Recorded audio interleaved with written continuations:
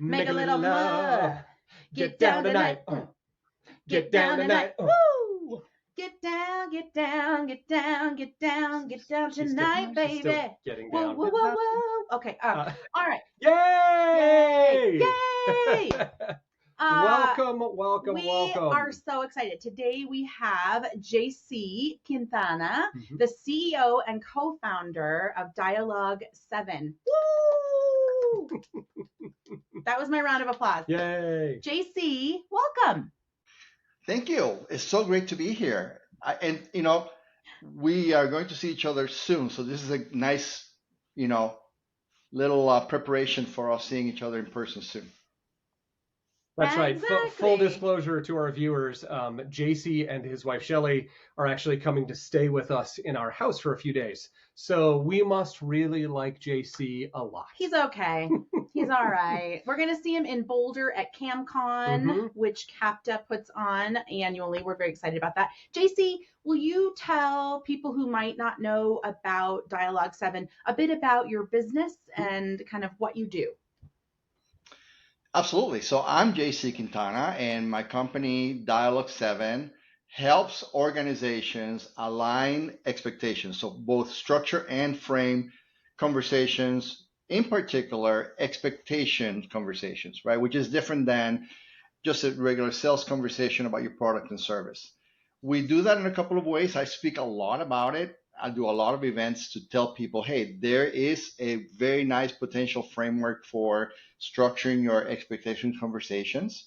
And then we take it deeper in some of the workshops that we do all over the globe with companies and individuals. That's our core mission.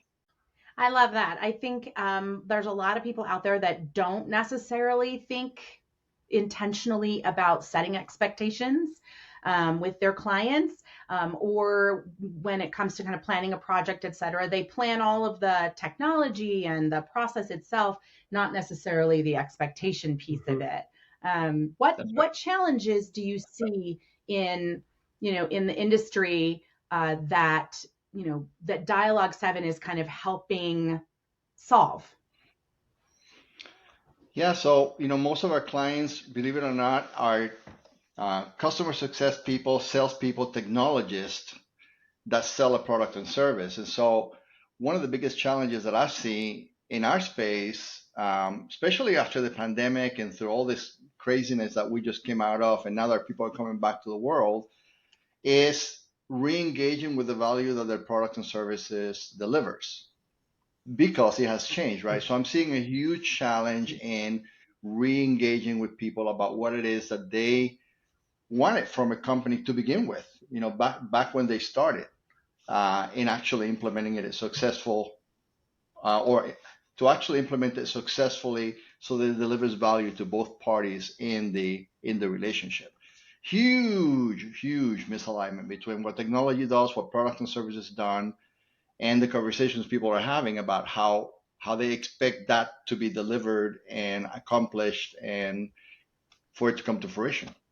Yeah. Tell us a little bit about your process, JC. How does that work? What does it typically look like for one of your customers? Yeah, so it does take different shapes. We have companies that are proactive in structuring how they're going to have these conversations with their clients, right? And let me kind of set the stage a little bit. We have a lot of amazing people like you who are delivering skills, right? So not everybody has the skill set to even engage in conversation. And so we do partner, we do interact a lot with people like you that teach people how to get those skills, the right skills. But in our case, we work with companies at a couple of different levels. One is at the beginning when they'll say, okay, help us take your framework, that 7-component framework, and get on both ends of the conversation with somebody and then understand what the expectations of our customer segments are, what the expectations of our demographic are, what the expectations on the other side of the relationship are, based on your framework, right? Help us walk through that. And then that way we know who are the best people to engage in a relationship, who are the best people to actually build a successful relationship with. We all, unfortunately, also do a lot on the other end, right? Which is when things kind of fall apart.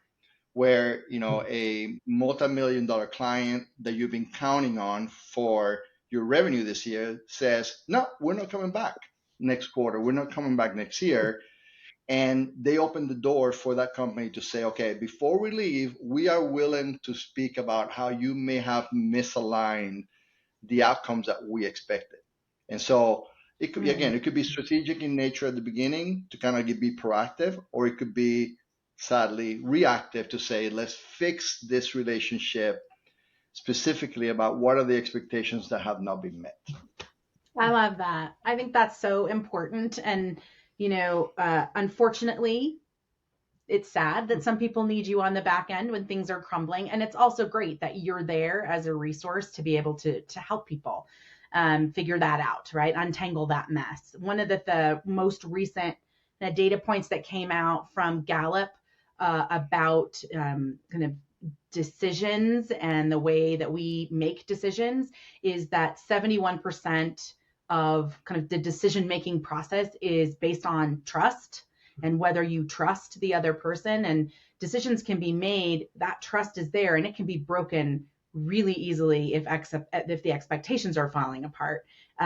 When you think about kind of skills, and I know you've written a book called Serious Relationships, and I love the whole concept of thinking about relationships in terms of business as being just as serious as those personal ones that we have. What are the skills or the big skill that you think is maybe missing within within business today that people need to kind of intentionally work on or look to improve? What would you say? Yeah, so I may be a little biased in saying this since it is the bulk of what I do every day, but I think that less and less people realize the importance of discovery.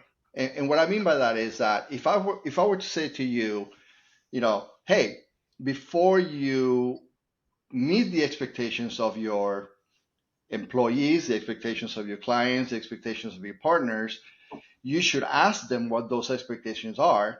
You would go, duh, right? You go, duh, of course.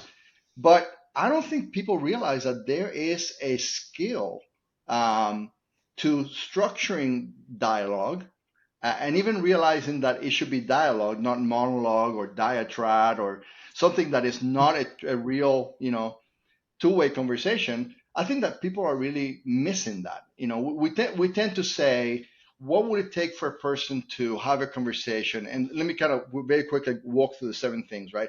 What does it take for a person Please. to have a conversation about the value we expect from one another in the relationship? What does it take for somebody to structure a dialogue about engagement, levels of engagement, how you need to be mindful of what makes me who I am, my culture, my values?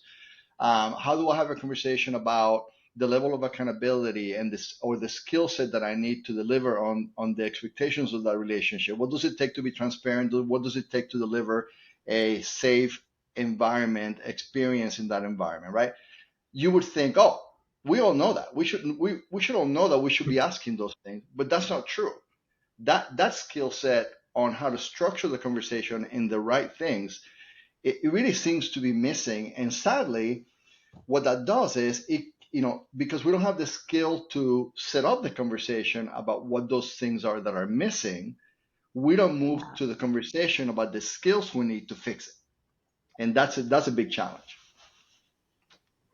It makes me think of the conversation that we had with Alex Raymond. We asked him what kind of skill, and I think he said curiosity, which is the same to me, discovery, right? You have to be curious to discover and work toward that discovery. Yeah, there's always this assumption that like, oh, well, you bought my product, so you know what it can do. Yeah. You know why you bought it.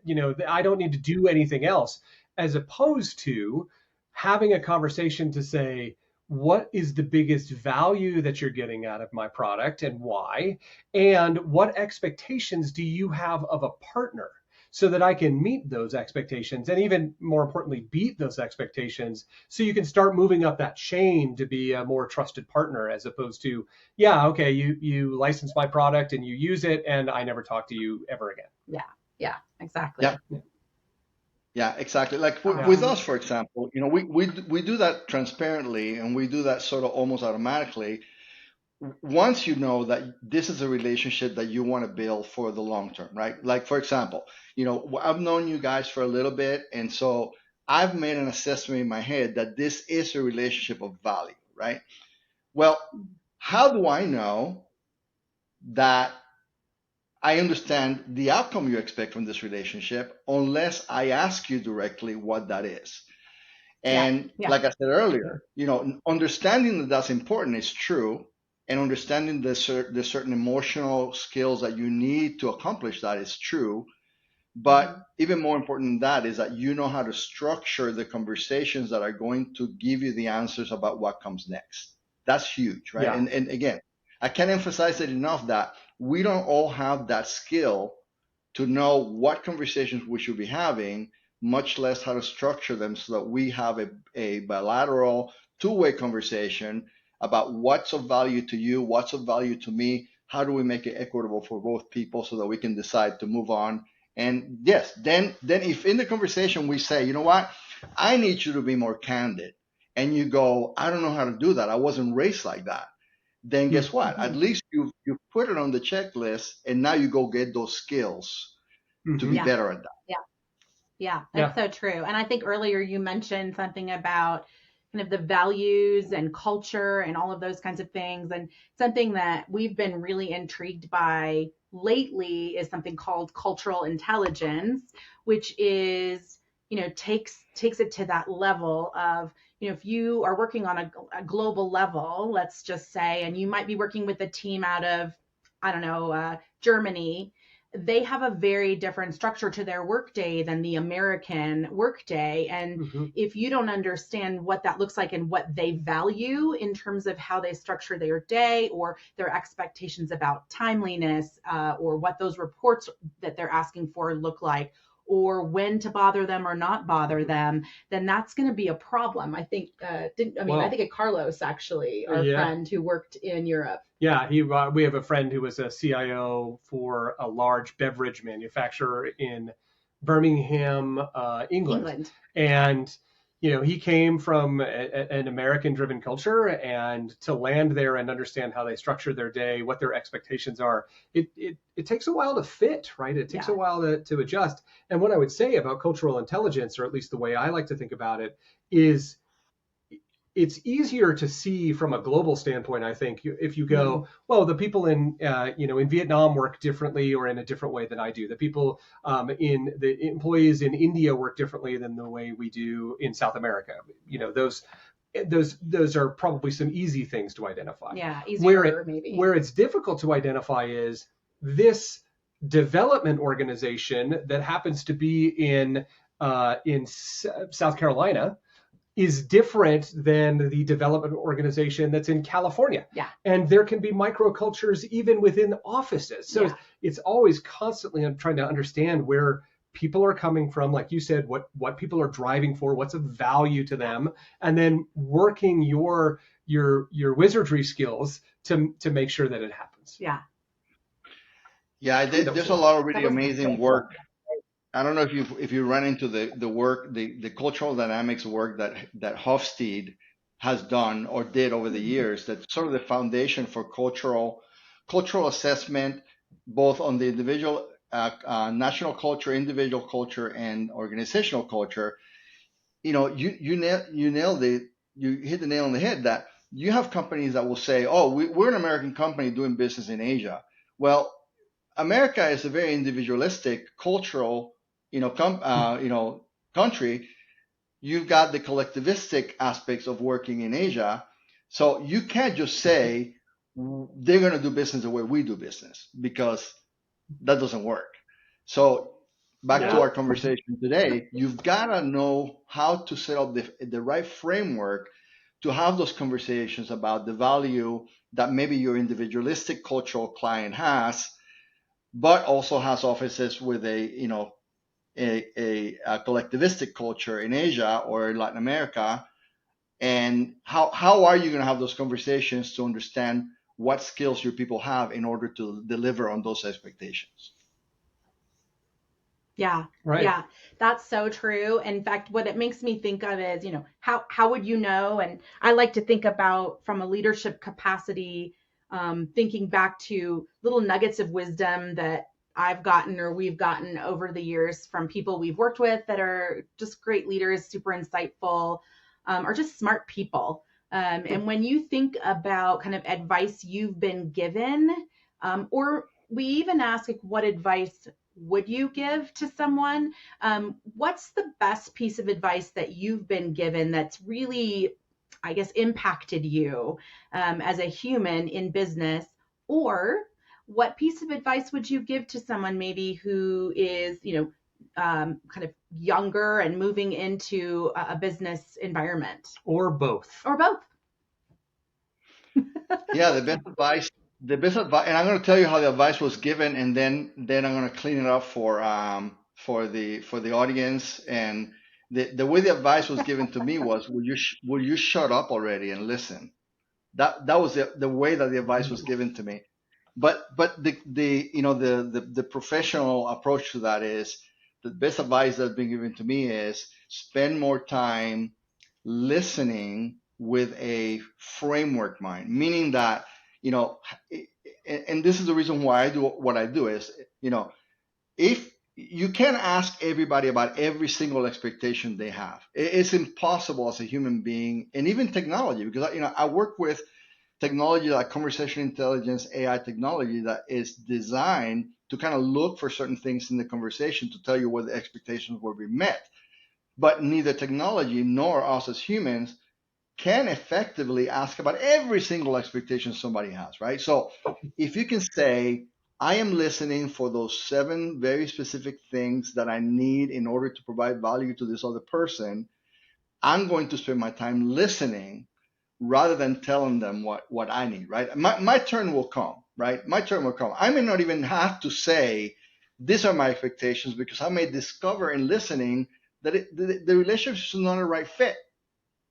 But if I hear that the conversation is the right fit and that I can effectively meet expectations in those 7 areas, then I'll have my turn to be able to say, hey, by the way, can I ask you a little more about that? Because that's not fair and equitable to me. So can we negotiate towards equity in the middle? And if we can't, then we move on, right? Because we got to always go for equitable or nothing.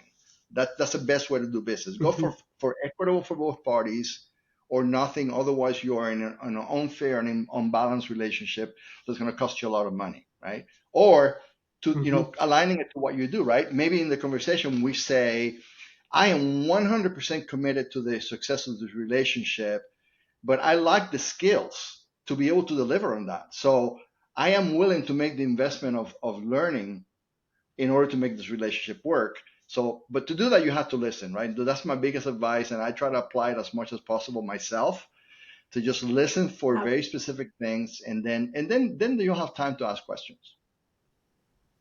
I love that. Thank you. That's great. That's one of your superpowers. I like listening. I do like listening. You learn a lot when you listen. That's definitely the case. Yeah. I can't remember who the quote is by. It's like you don't learn anything by talking. Mm-hmm. That's right. You learn by listening. And to your point, you can kill 2 birds with 1 stone by, if you're listening, there's a lot of people out there that love to be heard. And so if you can give them that gift and also get a bunch of intel in doing so. Yeah. Well, I mean, we're all narcissists a little bit at heart, right? We all well, like not me. Yeah. Well, I don't. Oh, yeah, so if you can lean into somebody's desire to talk about themselves, you really can learn a whole bunch of information that you never would have gotten had you not just been quiet. That's right. That's right. Yeah. Well, for our last question, JC. Yes. Go ahead. Go ahead. No, I was going to just make another side comment that the power of structured dialogue is that it allows you to listen to what you need in order to ensure that you're getting value. And it also sets up the structure to make sure people have the opportunity to share everything that they need to share in order to also feel like they're getting the value that they need. Yes, 100%. Yeah. Value-driven conversations. That is really it. Otherwise, why are you talking? What's the point? It really is that question. Yeah. So, okay, so our last question for you is, because we like to think of people as whole humans, right? It's not just you about Dialogue 7 and work. What are you excited about in life? What's coming up for you? What's inspiring you? What are you reading, or what are you looking forward to? Just give us something good. Yeah, so I brought up. Oh, I love this. It's like I got a captive audience. This is great, and I can see it. I can see the sincerity of your listening and attentiveness right now as you lean into the screen. That's great. So for me, I'm excited about the fact that for a long time this is something that I did for a lot of companies, and so as of last year we made the transition to do what I am passionate about, because I am genuinely, and I hope people see this. It's not something I want to do for a living and make money off, but I really genuinely am the guy who wants you to have the conversations that you need to have a better relationship with your customers, with your peers, right? So the transition into doing this full time is huge for me. And then to kind of see how this materializes in different cultures. So I'm super excited about me and my wife, Shelly, taking off. We're going to be in Colorado. We're buying land, and so we're traveling around, and then we are getting in. I almost don't want to say it because people get jealous, but we're getting ready to take a transatlantic cruise over to Barcelona and visiting, Rome, and speaking in Vienna and Greece, and so to kind of be listening and watching how people translate this expectations management conversation for myself in different countries. Woo! I'm giddy about that, and to do it with my partner, right? With Shelly, my wife, to actually get to do that and be on that journey together is huge.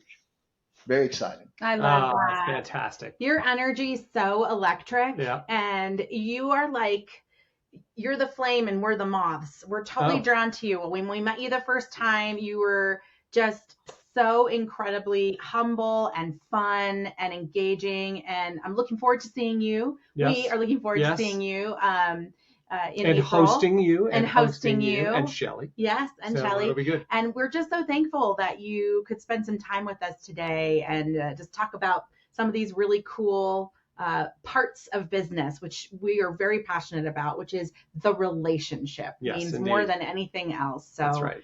Thank you, JC. Thank you, JC. We'll talk to you soon. Honored to be here. Thanks for having me.